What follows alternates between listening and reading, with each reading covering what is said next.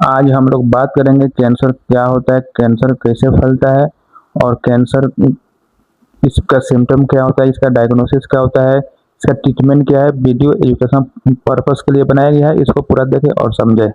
Cancer पहले है कि कैंसर होता क्या है, कैंसर को पहले समझना होता है कि होता क्या है। कैंसर बोलता है लोग कि होता क्या है इसका।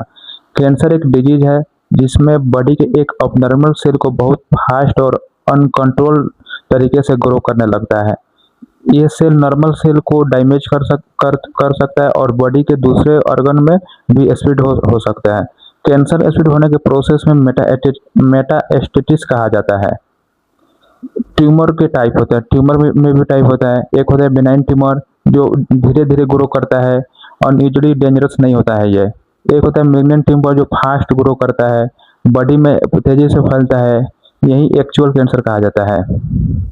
कैंसर होने का मेन कॉज क्या होता है?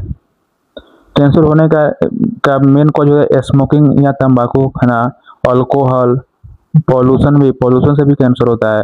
रेडिएशन से भी कैंसर होता है।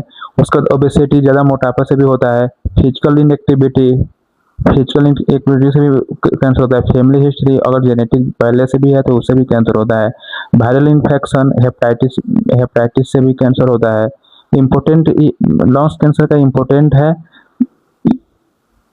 स्मोकिंग, सबसे बड़ा रिस्क। ओरल कैंसर का सबसे बड़ा है तंबाकू। कैंसर का कॉमन सिम्टम होता क्या है? कैंसर का कॉमन सिम्टम का टाइप पर डिपेंड करता है। कॉमन इसका है बिना रीजन के वेट लॉस हो जाना, वीकनेस और फैटिग होना, लॉन्ग टाइम तक फीवर होना, बॉडी में लंप या स्वेलिंग हो जाना, पेन होना, ब्लड आना, मतलब कि कभी खांसते हैं तो उससे ब्लड आ जाता है, उससे ब्लड आना, क्रोनिक कफ होना, सांस लेने में दिक्कत होना। उसके बाद स्किन में चेंजिंग आने लगता है, नीला कलर का स्किन होने लगता है। ये सब सिम्टम है कैंसर का।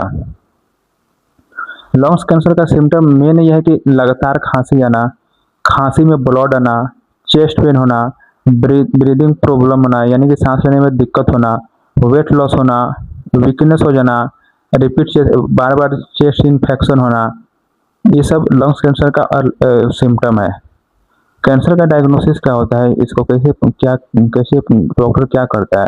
सबसे पहले इसमें ब्लड टेस्ट होता है।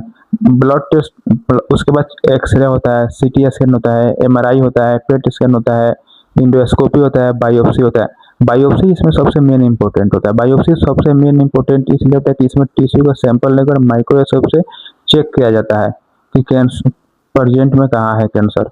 कैंसर का स्टेज क्या होता है? अब बायोप्सी में आपको थोड़ा सा बता दें, बायोप्सी ऐसा चीज़ है कि जो बड़े बड़े जैसे अस्पताल है, जैसे एम्स है, सफदरजंग हॉस्पिटल है, जो भी बड़ा बड़ा हॉस्पिटल है, इसमें बायोप्सी कराने के लिए 1-2 दिन नहीं लगता है, लगभग कम से कम 2 महीना 3 महीने का टाइम लगता है, तब जाकर बायोप्सी होता है। इतना लाइन लगा रहता है, तब जाकर नंबर आता है 2 महीना 3 महीना के बाद।